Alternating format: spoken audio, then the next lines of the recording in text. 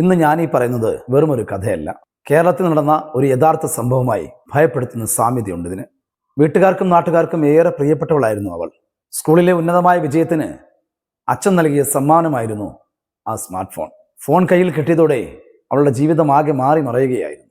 ആദ്യം പഠനത്തിന് വേണ്ടി മാത്രം ഉപയോഗിച്ചിരുന്ന ഫോൺ പിന്നീട് അവളെ നിറപ്പകുട്ടുള്ള വലിയൊരു ലോകത്തേക്ക് അത് കൂട്ടിക്കൊണ്ടുപോയി. കിടപ്പിലായ അമ്മയ്ക്ക് മരുന്ന് നൽകുമ്പോഴും അവളുടെ കണ്ണുകൾ ആ ഫോണിലായിരുന്നു. പഠിക്കണമെന്ന ആവശ്യം പറഞ്ഞുകൊണ്ട് അവൾ സ്വന്തം മുറിയിലേക്ക് ഒതുങ്ങി. ഓൺലൈൻ ലോകത്തെ അപരിചിതരായ സുഹൃത്തുക്കൾ മാത്രമായി ഒതുങ്ങി അവളുടെ ലോകം. തൊട്ടടുത്ത മുറിയിൽ ശ്വാസം കിട്ടാതെ ആ രാത്രി അമ്മ പിടഞ്ഞപ്പോൾ ആ വിളി കേൾക്കാത്ത വിധം ഹെഡ്സെറ്റിലൂടെ അവൾ മറ്റൊരു ലോകത്തായിരുന്നു. നേരം വെളുത്തപ്പോൾ അവൾ കണ്ടത് അമ്മയുടെ ജീവനറ്റ ശരീരമാണ്. അമ്മയുടെ മരണത്തോടെ അച്ഛൻ നാട്ടിലെത്തി.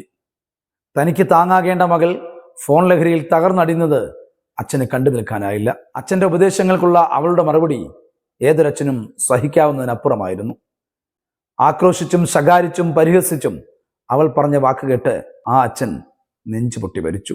തൻ്റെ ഫോൺ ലഹരി കവർന്നത് സ്വന്തം മാതാപിതാക്കളുടെ ജീവനാണെന്ന് തിരിച്ചറിഞ്ഞപ്പോഴേക്കും ഉറ്റവർ ഓർമ്മകളായി മാറിയിരുന്നു. മാപ്പപേക്ഷിക്കാൻ പറ്റാത്ത വിധം കുറ്റബോധത്തിൽ അവൾ ഇന്നും തേങ്ങുകയാണ്. ഡിജിറ്റൽ ലഹരിയിൽ കണ്ണും നട്ട് സ്വയം തളച്ചിടുമ്പോൾ അരികിലിരുന്ന് നിങ്ങളെ സ്നേഹിക്കുന്നവരെ കാണാതെ പോകരുത്.